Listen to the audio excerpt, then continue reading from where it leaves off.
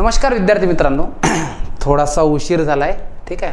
म्हणजे आपण रात्रीला व्हिडिओ अपलोड करतोय, ठीक आहे। त्याचं कारण तुमच्या सर्वांसाठी जो क्षणाची वाट बघत होते तो क्षण म्हणजे आपले राज्याचे मृदा व जलसंधारण मंत्री, ठीक आहे, माननीय श्री संजयजी राठोड साहेब यांच्या एका संकल्पनेतून, म्हणजे त्यांचं एक कार्य हे खरंच गौरवास्पद आहे। कारण की आतापर्यंत तुम्ही सारथी, बार्टी, महाज्योती, ठीक आहे, अशा अनेक साऱ्या स्कीम बघितल्या असतील, पण कोणीतरी एका मंत्री महोदयांनी किंवा कोणीतरी एका आमदार महोदयांनी स्वखर्चातून, ठीक आहे, आपल्या मातोश्रीच्या नावावर अशा प्रकारची शिष्यवृत्ती देऊन, केवळ शिष्यवृत्तीच नव्हे तर तुमचा पूर्ण प्रशिक्षणाचा जो कालावधी आहे 10 महिन्याचा, तिथे तुमचा राहण्या खाण्याचा विचार करून, ठीक आहे, तुम्हाला पूर्णतः तिथं आपण ज्याला स्टायपेंड किंवा काय म्हणतोय, ज्याला आपण फेलोशिप म्हणतोय, तशा प्रकारचा विचार करणे, म्हणजे ही एक सर्वात मोठी आणि खरंच गौरवास्पद बाब आहे। विद्यार्थी आम्हाला अक्षरशः कॉल करून सांगतात की सर, आमचे आमदार अशा प्रकारच्या स्कीम का लॉन्च करत नाही, ठीक आहे। सो एक असं म्हणा की एक म्हणतात ना, माणसाला एक समाजाचं देणं लागतंय, तर ते देणं अशा प्रकारची स्कीम सरांनी आपल्या संकल्पनेतून आणली। त्या स्कीमचं नाव आहे मातोश्री प्रमिला देवी दुलीचंद राठोड शिष्यवृत्ती योजना, ज्याच्या अंतर्गत आपण काय करतोय, दिग्रस, यवतमाळमधील दिग्रस, दारवा आणि नेर या तालुका स्तरावर आपण काय करतोय, ही शिष्यवृत्ती प्रवेश परीक्षा घेतोय 2024, ठीक आहे। तर आता या शिष्यवृत्ती परीक्षा जी आहे, ज्या ज्या मुलांनी आपण काय केलं होतं, या शिष्यवृत्तीमध्ये आपण विद्यार्थ्यांना एनरोल करायला सांगितले होते, त्यांचे नंबर्स, ठीक आहे, आणि विद्यार्थ्यांनी या ठिकाणी काय केलंय, आपले नंबर एनरोल केले, आपले नाव एनरोल केले, आणि त्याच्या अंतर्गत, ठीक आहे, म्हणजे सरांचा हा मेसेज आहे सर्वांसाठी की आजचं जे स्पर्धेचं युग आहे, या युगात, ठीक आहे, MPSC UPSC ज्या परीक्षा आहेत, या स्पर्धेमध्ये आपल्या ज्या मतदारसंघातील किंवा आपल्या भागातील दिग्रस, दारवा आणि नेर आहेत, या तालुक्यातील विद्यार्थी कुठेही मागं पडू नये म्हणून सरांनी काय केली होती, अशा प्रकारची ही योजना केली होती, ठीक आहे। म्हणजे ज्याची टॅगलाईन काय म्हणतोय, अब राजा का बेटा राजा नहीं होगा, राजा वही होगा जो उसका हकदार होगा, ठीक आहे। म्हणजे अशी विद्यार्थी तुम्हाला माहिती आहे, आपल्या समाजात असे बरेच सारे विद्यार्थी आहेत की बिचारांना त्यांच्या आर्थिक परिस्थिती किंवा त्यांच्याकडे ते पाठबळ राहत नाही आर्थिक, की जेणेकरून ते जिल्ह्याच्या ठिकाणी किंवा चांगले क्लासेस अफोर्ड करू शकतील, ठीक आहे। सो या सर्व गोष्टींचा विचार करून सरांनी ही कशा प्रकारची शिष्यवृत्ती लॉन्च केली, ज्याच्या अंतर्गत विद्यार्थ्यांनी काय केलं, आपल्याकडे एनरोल केलं होतं, ठीक आहे। तुम्ही सर्व विद्यार्थ्यांनी एनरोल केलं होतं। एनरोल केल्यानंतर आपण ती लिंक जी आहे, ही लिंक आपण काल दिनांक 20 तारखेला बंद केली।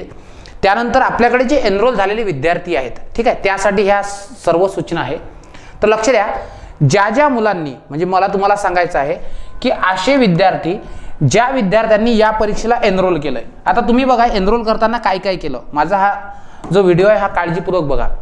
सर्वात पहिले जेव्हा तुम्ही नाव नोंदणी केली, गुगल फॉर्म भरला, तेव्हा तुम्ही काय केलंय, एक ते म्हणजे तुम्ही तुमचं नाव, ठीक आहे, एकतर इंग्लिशमध्ये लिहिलंय, ठीक आहे, किंवा तुम्ही तुमचं नाव मराठीमध्ये लिहिलंय, ज्या कोण्या लँग्वेजमध्ये लिहिलं ते तुम्ही आठवण्याचा प्रयत्न करा, ठीक आहे। फॉर एक्झाम्पल मला जर दाखवायचं झालं तर इथे बघा की काही जे आहेत, काही विद्यार्थ्यांनी नाव बनवलेत, ठीक आहे। आता फॉर एक्झाम्पल ही पहिली आहे, ठीक आहे, सर हे प्रथमेश पांडुरंग शिंदे नावाचा विद्यार्थी आहे, ज्याने इंग्लिशमध्ये नाव लिहिलंय, आणि काही आहे, आता एक आकाश ज्ञानदेव ठाकरे नावाचा विद्यार्थी आणि मराठीमध्ये नाव लिहिलंय। म्हणजे गुगल फॉर्ममध्ये जशी तुम्ही इन्फॉर्मेशन लिहिली होती त्याच प्रकारे आपण काय केलंय, ते तुम्हाला त्यामध्ये नाव सर्च करायचे आहेत। आपण काय केलं, आपलं जे टेलिग्राम चॅनल आहे, या टेलिग्राम चॅनलवर काही PDF अपलोड केले आहेत। एक सर्वात पहिले तुम्हाला एक क्लॅरिफिकेशन देतोय की आपलं जे टेलिग्राम चॅनल आहे, हे टेलिग्राम चॅनल ते आहे की जिथे 71,000 सबस्क्रायबर आहेत, ठीक आहे। कारण की एक फेक चॅनल पण आहे विदर्भ IAS अकॅडमीचं, ते कोणीतरी चालवतंय, ठीक आहे। सो तुम्हाला मला एकच सांगायचं आहे की आपलं जे ऑथराइज ऑफिशियल चॅनल आहे, त्या चॅनलचे सबस्क्रायबर संख्या तुम्हाला 71,000 इतकी दिसते। आणि इथं आपण काय केलंय, इथे तुम्हाला तालुक्या वाईज आणि सेंटर वाईज तुमच्या PDF अपलोड केल्या आहेत, की जसं नेर इंग्लिश हायस्कूल, नेर नेहरू विद्यालय, दारव्याचं शिवाजी शाळा आहे किंवा शिवाजी हायस्कूल ज्याला म्हणतोय, ठीक आहे। त्यानंतर दारव्याचं एडेड हायस्कूल आहे, दारव्याचं मुंसाजी महाराज विद्यालय आहे, आणि दिग्रसचं बुटले कॉलेज, ठीक आहे। सो असे आपले हे जे सेंटर्स आहेत, तर विद्यार्थ्यांनी ज्या ज्या तालुक्यामधून, ठीक आहे, एनरोल केलं आहे, त्याचे नावं तुम्ही कोणत्या सेंटरवर आहे हे PDF मध्ये बघू शकता। तुम्हाला सिंपली काय करायचं आहे, आता फॉर एक्झाम्पल मी आहे, समजा मी पवन ठीक आहे, आणि पवन भारसाकडे या नावाने एनरोलमेंट केलंय आणि मी नेर तालुक्यातला आहे, समजून घ्या बरं. असं आहे तर मी काय करेल माहिती आहे का, की माझं सेंटर नेरमध्येच असेल. मग नेरमध्ये किती सेंटर आहेत, नेर इंग्लिश हायस्कूल, नेर नेहरू विद्यालय आणि नेर हे 2 आहेत. तर मी काय करेल, सर्वात पहिले इथे जाईल, या PDF ओपन करेल, या PDF मध्ये जाऊन बघेल माझं मी नाव जर मराठीमध्ये टाकलं असेल तर मराठीमध्ये सर्च करेल आणि मी इंग्लिशमध्ये नाव टाकलं असेल तर मी पवन भारसाकडे असं इंग्लिशमध्ये सर्च करेल. ठीक आहे, आणि मी माझं नाव सर्च करेल. समजा या PDF मध्ये माझं नाव नसलं, मला सेंटर इंग्लिश हायस्कूल आलेलं नसेल तर मी काय करेल माहिती आहे का, नेहरू विद्यालयाची PDF मध्ये बघेल आणि इथं माझं नाव असेल. जर 2 पैकी एका विद्यालयात तुम्हाला तुमचं नाव मिळेलच, एका सेंटरवर नाही मिळालं तर मी काय करेल, विदर्भ IAS अकॅडमीला कॉल करून विचारेल की मॅडम मी पवन भारसाकडे नावाने एनरोल केलं होतं. सर मी पवन भारसाकडे नावाने एनरोल केलं होतं पण माझा क्रमांक कुठेही मला दिसत नाही. तर अकॅडमी तुम्हाला मदत करेल. सिम्पली कळालं. आता दारव्याचे जे विद्यार्थी आहेत तर दारव्याच्या विद्यार्थ्यांनी काय करायचं, शिवाजी शाळा आहे, ठीक आहे, एडेड आहे आणि मुंगसाची आहे. इथं सिम्पली तुमचं नाव बघायचं आहे. ठीक आहे, तुम्ही तुमचं नाव बघितलं नसेल मिळालं तर अकॅडमीला कॉल करायचा. तुमची नावं तुम्हाला मिळूनच जातील. एक तर मराठीमध्ये सर्च करा नाही तर इंग्लिशमध्ये सर्च करा. ठीक आहे, आणि दिग्रसमध्ये एकच आहे ते बुटले कॉलेज. ठीक आहे, सो अशा प्रकारे मग तुम्हाला मला एक सांगायचं आहे की तुम्ही काय करायचं आहे की सर्वात पहिले आपल्या टेलिग्राम चॅनलवर जाऊन तुम्ही कोणत्या तालुक्यातले आहात त्यानुसार तुम्ही तुमच्या सेंटरवर नावं शोधायची आहेत. आता मी सर मग माझं नाव शोधलंय त्यानंतर काय असेल, तर माझं नाव शोधल्यानंतर इथं अशी PDF ओपन होईल. समजा माझं नाव आहे ते म्हणजे काय, इथे आकाश ज्ञानदेव ठाकरे. मग मला लक्षात येईल की माझं सेंटर जे आहे याला आपण बुटले कॉलेज म्हणतोय किंवा बाबू कला, ठीक आहे, नाभ वाणिज्य आणि BP विज्ञान विद्यालय दिग्रस, हे माझं सेंटर झालं. ठीक आहे, आणि सेंटर ठिकाण कोणतं आहे, दिग्रस आहे. आणि माझा रोल नंबर हा आहे DG 0799. ठीक आहे, म्हणजे माझी परीक्षा क्रमांक रोल नंबर हा असेल. आणि मला काय करायचं आहे, आता मला माझा एक कोणताही ID प्रूफ घ्यायचा आहे, एक तर पॅन कार्ड, आधार कार्ड, ठीक आहे, किंवा मतदान कार्ड. त्याची एक झेरॉक्स घ्यायची आहे मला सेंटरवर येताना आणि त्याच्यावर माझा रोल नंबर मला लिहायचा आहे की DG 0799. अशा प्रकारे कळालं का. ठीक आहे, म्हणजे समजलं तुम्हाला तुमचे रोल नंबर कुठे आहेत, तर हे तुमचे रोल नंबर आहे. DG म्हणजे डिग्रस, ठीक आहे, दारवा म्हणजे DR, NR म्हणजे नेर. कळालं का, हे तुमचे इनिशियल आहेत. ठीक आहे, आणि अशा प्रकारे हे तुमचे रोल नंबर असतील जे ते तुम्हाला तिथं वापरायचे आहेत. ठीक आहे, तर आता या स्कॉलरशिपच्या परीक्षेच्या संदर्भात तुम्हाला मी तुमच्या ठळक सूचना देतोय. ठीक आहे, आता सूचनेकडे लक्ष द्या. सर्वात पहिले तर या स्कीमच्या अंतर्गत आपण काय केलंय, तुम्ही जे रजिस्ट्रेशन केले त्या रजिस्ट्रेशननुसार आपल्याला जी विद्यार्थ्यांची संख्या मिळाली तर नेर तालुक्यात एकूण 935 विद्यार्थ्यांनी एनरोलमेंट केलंय. आणि नेर तालुक्याच्या ठिकाणी आपण 2 सेंटरची निवड केली. एक म्हणजे दी इंग्लिश हायस्कूल नेर, ठीक आहे, आणि दुसरं म्हणजे नेहरू महाविद्यालय नेर. ठीक आहे, असे 2 बघा. रोल नंबर NR म्हणजे नेर 0001 to NR 0, ठीक आहे, 0411 हे विद्यार्थी इंग्लिश हायस्कूल नेरवर असतील. ठीक आहे, म्हणजे 411 विद्यार्थी द इंग्लिश हायस्कूलवर असतील.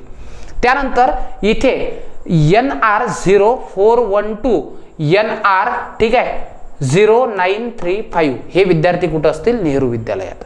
ठीक आहे, दुसरं आता दिग्रस विद्यार्थी, दिग्रसच्या तालुक्यातले जे विद्यार्थी आहेत यांनी 811 विद्यार्थ्यांनी एनरोल केलंय. आणि या ठिकाणी दिग्रसमध्ये तुम्हाला एकच कॉलेज दिसतंय ज्याला तुम्ही बुटले कॉलेज म्हणून ओळखता. ठीक आहे, ते म्हणजे बाबू कला, नाम वाणिज्य, BP विज्ञान महाविद्यालय दिग्रस. एकाच कॉलेजवर सगळे विद्यार्थी आहेत, सो यांना सेंटर शोधायची गरज नाही. दिग्रसमधल्या मुलांनी सिम्पली काय करायचं आहे, या कॉलेजवर येऊन तुमचे रोल नंबर तुम्हाला शोधायचे आहेत. ठीक आहे, झालं. तिसरं, दारव्यामध्ये 3 कॉलेजेस आहेत. ठीक आहे, 3 शाळा किंवा 3 सेंटर आपण निवडलेले आहेत. ठीक आहे, मग काय करायचं तुम्हाला दारव्यामध्ये, ठीक आहे, ज्यांचा रोल नंबर हा DR 001 असेल ते DR 0385 असेल त्या विद्यार्थ्यांनी मुंगसाजी महाविद्यालय दारव्याला उपस्थित राहायचं आहे. ज्या विद्यार्थ्यांचा रोल नंबर हा DR 0386 to DR 0635 पर्यंत आहे त्यांनी शिवाजी हायस्कूल दारवा शिवाजी शाळेपर्यंत पोहोचायचं आहे. ठीक आहे, आणि एडेड हायस्कूल मध्ये अशा विद्यार्थ्यांनी यायचं आहे की ज्यांचा रोल नंबर DR, ठीक आहे, 0636 DR 0779 आहे. ठीक आहे, ही PDF आपल्या ग्रुपवर टाकलेली आहे. ठीक आहे, आता बघा, समजा मगाचा विद्यार्थी मी होतो, ठीक आहे. मगाच्या विद्यार्थ्याचं नाव काय? आकाश ज्ञानदेव ठाकरे. आता आकाशने काय करायचं आहे? आकाशने PDF मध्ये नाव शोधायचं आहे. ठीक आहे. मग आकाश ज्ञानदेव ठाकरे यांचं सेंटर कोणतं असेल? तर हे असेल बुटले कॉलेज. ठीक आहे. आणि यांनी या ठिकाणी उपस्थित राहायचं आहे. सिंपल आहे. तुम्हाला तुमचं सेंटर कोणतं आहे हे तुम्हाला कळालंय. ठीक आहे. त्या PDF मध्ये तुमच्या तालुक्या वाईज PDF टाकलेले आहेत. त्या PDF मध्ये तुमचं नाव शोधा. इंग्लिशमध्ये नसेल मिळत तर कदाचित तुम्ही मराठीत टाकलं असेल म्हणून मराठी आलं असेल. तरीही नाही मिळालं तर अकॅडमीचे जे नंबर आहेत त्यावर तुम्ही संपर्क करू शकता. ठीक आहे. हे झालं रोल नंबर बद्दल. ठीक आहे. आणि मी तुम्हाला आधी सांगितलं की तुमचा रोल नंबर तुम्हाला परीक्षेला येताना एक आधार कार्डची झेरॉक्स आणायची आहे, पॅन कार्डची किंवा मतदान कार्डची झेरॉक्स आणायची आहे. ठीक आहे. आणि त्या झेरॉक्सवर तुमचा रोल नंबर मेन्शन करायचा आहे. ठीक आहे. आता परीक्षेसंदर्भात सूचना देतोय. ठीक आहे. म्हणजे सिम्पली सर्वात पहिले आपण काय केलं? माझं नाव नोंदणी ज्या नावानं झालं होतं, मी कोणत्या तालुक्यातला आहे त्यानुसार मी माझं सेंटर जे आहे हे सेंटर मी काय केलं? याच ठिकाणी सर्च केलंय. ठीक आहे. हे झालं माझं सेंटर सर्च. इथं मला माझा रोल नंबर मिळाला आणि या रोल नंबरनुसार माझं जे कॉलेज आहे, माझं जे सेंटर आहे ते मला मिळालं. ठीक आहे. झालंय. आता बघा, आता तुम्हाला काही सूचना आहेत या परीक्षेच्या संदर्भात. तर पहिली सूचना अशी आहे, ठीक आहे, की तुम्हाला परीक्षेचा दिनांक तुम्हाला सर्वांना माहिती आहे 23 तारीख आहे. ठीक आहे. सो तुम्हाला परीक्षा केंद्रावर काय करायचं आहे? हा तुम्हाला 8:30 पासून सकाळी 8:30 ते 10:30 पर्यंत पोहोचायचं आहे. ठीक आहे. स्ट्रिक्टली 10:30 पर्यंत. 10:30च्या पूर्वी पोहोचण्याचा प्रयत्न करा. कारण की पावसाचे दिवस आहेत पोरांनो. ऑटो वेळेवर मिळतात, बसेस मिळत नाही, एखाद्या वेळेस बसेसमध्ये बिघाड होतोय, काही कंडिशन येऊ शकतात. ठीक आहे. अशा वेळेस तुम्ही परीक्षा केंद्रावर 8:30 ते 10:30 पर्यंत पोहोचू शकता. ठीक आहे. तुम्हाला तुमच्या काय करायचं आहे?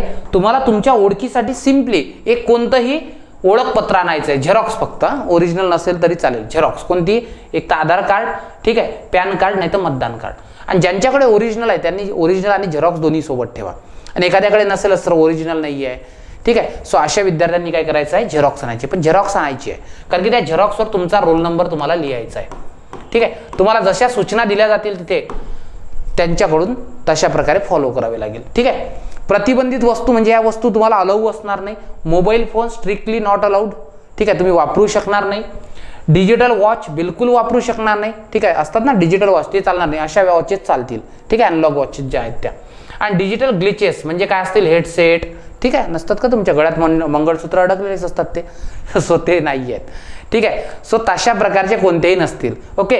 येताना काय सोबत आणायचं आहे? काळा बॉल पेन. निळा चालणार नाही. काळाच, कारण की तुमची OMR सीट जेव्हा तपासली जाते तेव्हा मशीनला काळाच रंग पाहिजे असतो. ठीक आहे. सो त्याच्यामुळे काळा बॉल पेन, निळा चालणार नाही. परत एकदा सांगतोय.